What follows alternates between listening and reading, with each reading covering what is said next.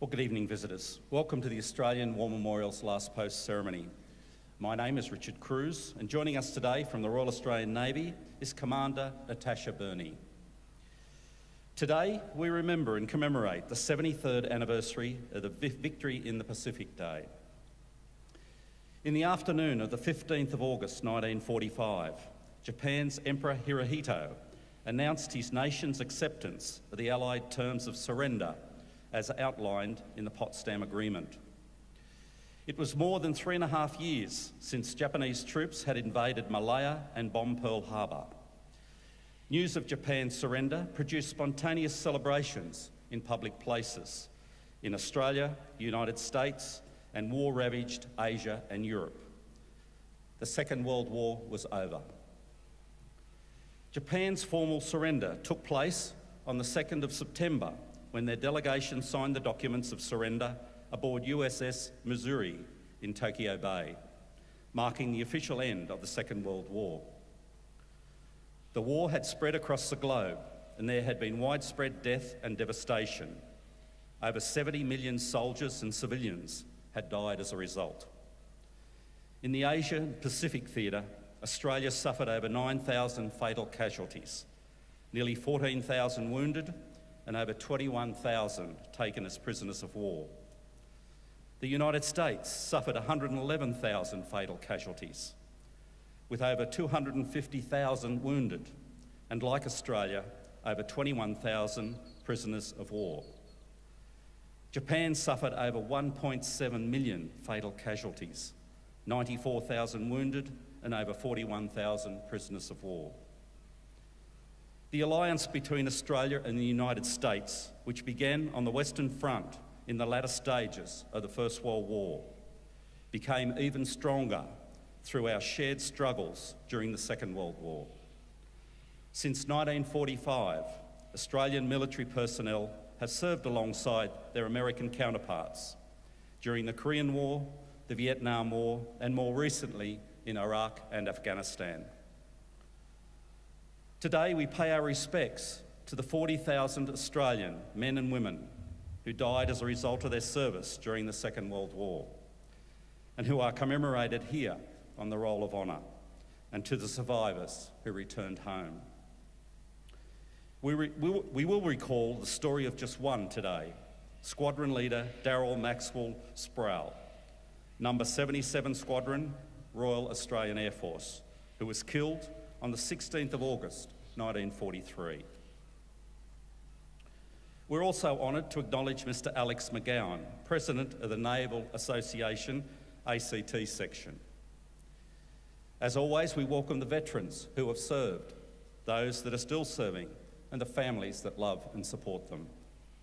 We acknowledge the members of RSL and Services Clubs Association, RSL Victoria and RSL Queensland, who are watching the broadcast of this ceremony across Australia.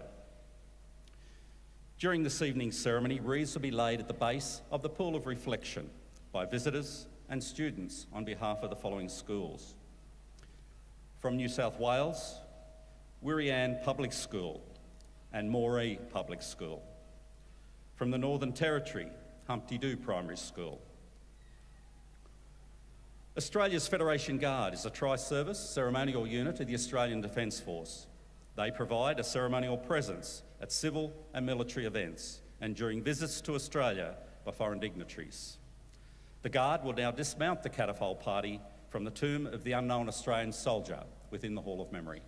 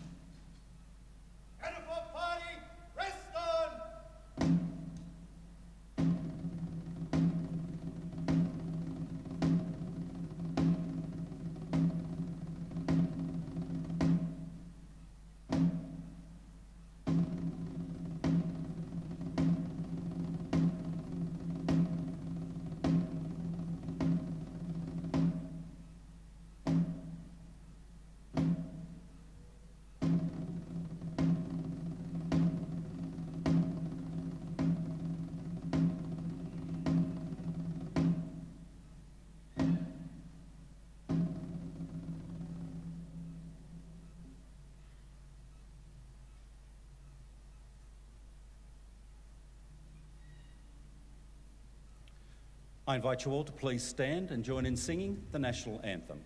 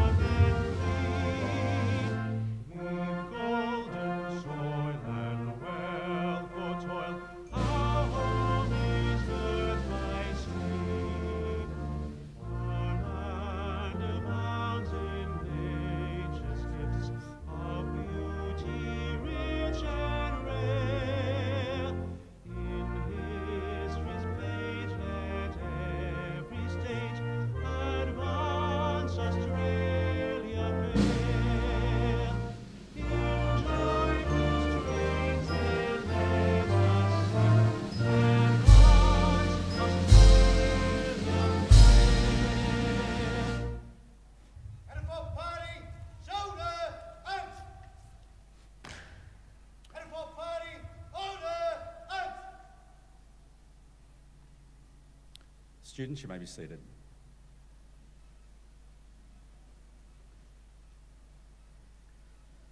The Australian War Memorial was the vision of Charles Bean, Australia's first World War official historian. Bean landed with the Australian troops on Gallipoli and stayed with them at the front through to the end of the war. The idea of this national memorial and museum came to him at Pozières, France, in the depths of the bloody fighting of 1916. Bean's idea was that this would be a place where families and friends could mourn loved ones buried in faraway places. It would also be a place that could help all Australians understand what these men and women had endured and what they had done for us. Bean's vision, to which we remain true, is best expressed as inscribed in the entrance to the memorial's galleries. Here is their spirit, in the heart of the land they loved, and here we guard the record which they themselves made. Tonight we'll read the story behind just one of those on the Roll of Honour, which lists the names of more than 102,000 men and women who have given their lives for us in war and operations for more than a century. But first we present a lament, flowers of the forest. Wreaths and floral tributes will now be laid at the base of the pool of reflection.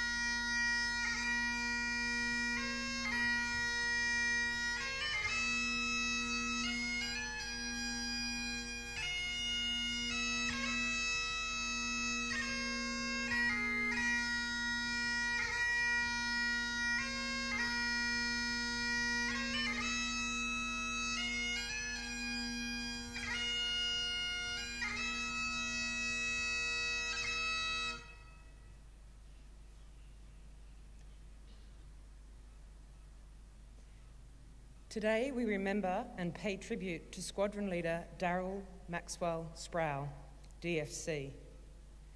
Daryl Sproule was born on the 3rd of October 1917 in Hobart, the son of Albert and Irene Sproule. He grew up in the Hobart suburb of Sandy Bay, where he attended Hobart High School. On leaving school, he became an apprentice law clerk with Gattenby, Johnson and Walker solicitors, eventually becoming an articulated law clerk. Sproule also served for 3 years in the militia with 12 Field Company, Royal Australian Engineers. Following the outbreak of the Second World War, he enlisted for service in the Royal Australian Air Force. He was selected for pilot training, was awarded his flying badge on the 4th of May 1940, and at the end of the month was posted to No. 21 Squadron, RAAF, which was then equipped with Wirraway aircraft. In August 1940, the squadron was dispatched to Singapore before being redesignated as a fighter squadron and re-equipped with Brewster Buffalo fighters in early January 1941. Following the Japanese invasion of Malaya, No. 21 Squadron was kept busy escorting bomber raids and conducting fighter sweeps against enemy aircraft. On the 18th of January 1942, Sproule's flight was returning to base after escorting bombers on a raid. Encountering Japanese fighters, a dogfight ensued, during which Sproule was shot down his first enemy aircraft. At the end of January, No. 21 Squadron was evacuated to Australia, and in March the squadron was disbanded in March 1942. Sproule then became one of the formative members of No. 77 Squadron, which formed in Perth under the command of Squadron Leader Dick Creswell. Equipped with Curtiss Kitty Hawk fighters, it saw active service in the defence of Darwin during the rest of the year. Sproule had a brief posting to No. 1 Photographic Reconnaissance Unit, but was back with No. 77 Squadron when it was sent to Milner Bay in February 1943. During a raid by approximately 100 Japanese aircraft, Sproule brought down his second Japanese aircraft. The squadron moved to Goodenough Island in May 1943, and over the following months conducted operations against Japanese ground targets in New Britain. Before his departure, Squadron Leader Dick Creswell nominated Sproule as his successor, and on the 1st of August, Sproule was promoted to Squadron Leader and took command of No. 77 Squadron. The next morning, he led his squadron, escorting bombers attacking targets as Guzmato. On the return trip, he was leading his fighters in a bombing attack against Japanese shipping on the coast, when shrapnel from his exploding bomb damaged his low-flying aircraft. Just after 7 a.m, Sproule crash-landed his damaged Kitty Hawk in the water just off the beach, around 400 metres from the jetty at Lindenhofen. Leaving his aircraft, he made his way into the nearby jungle, where he stopped to rest. He was soon found by several local native youths, who disarmed him and took him to their village. One of the boys who had found him informed the Japanese of his presence, and Sproule had no choice but to surrender. After being bound and beaten with fists and wooden poles, he was taken to the Japanese base at Guzmata, where he was questioned and subjected to more mistreatment. One of the local witnesses later reported that Sproule was taken to a nearby location called Ring Ring, where he was made to dig his own grave. Completing his task, he was forced to kneel and was beheaded. His remains were discovered in June 1944, but it was not until early December 1946 when they were positively identified. His remains were reinterred in the Lae War Cemetery in Papua New Guinea. David Sproule was 25 years old. Posthumously awarded the Distinguished Flying Cross on the 15th of August 1947, the medal was presented by the Governor of Tasmania to his mother, Irene. His citation reads in part, Squadron Leader Sproule started operational flying at the commencement of Japanese operations in Malaya and participated in many fighter engagements in Malaya and Sumatra before being evacuated from Java. He consistently displayed exceptional skill and courage against greatly superior forces and was credited with shooting down one enemy fighter aircraft.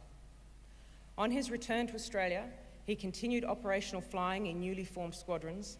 Throughout his long period of active operations against the enemy, Squadron Leader Sproule's sustained gallantry and devotion to duty have been a most valuable asset to his squadron. His death was later investigated as a war crime. The officer responsible was tried and found guilty of his murder and was executed in 1949.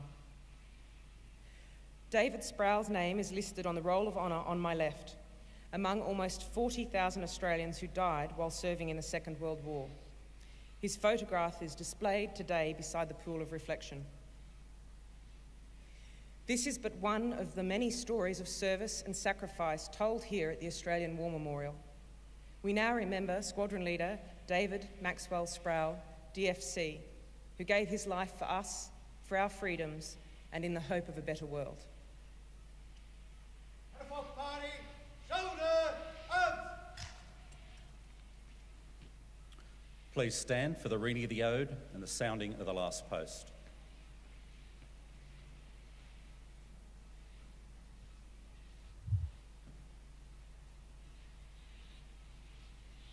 They shall grow not old, as we that are left grow old.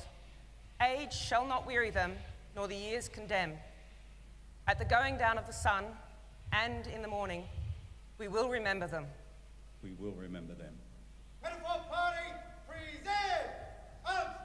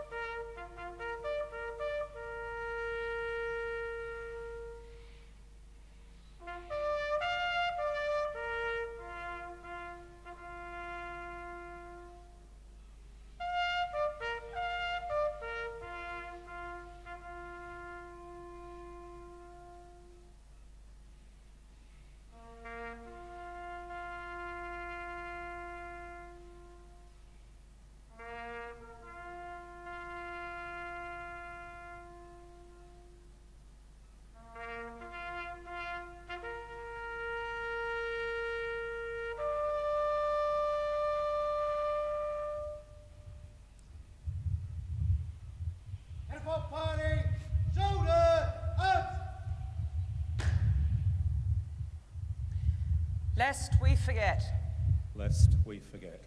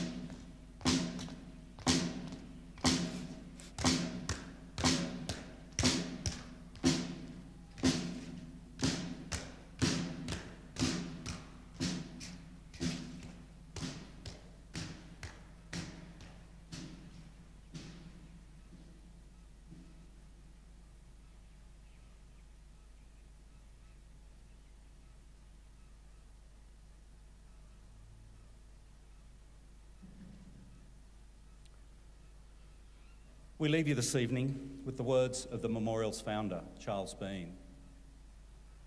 Many a man lying out there at Pozières or in the low scrub at Gallipoli with his poor, tired senses barely working through the fever of his brain has thought in his last moments, well, it's over. But in Australia, they will be proud of this. Ladies and gentlemen, girls and boys, that concludes this evening's last post ceremony. We thank you for visiting the Australian War Memorial and wish you all a very good evening. Thank you.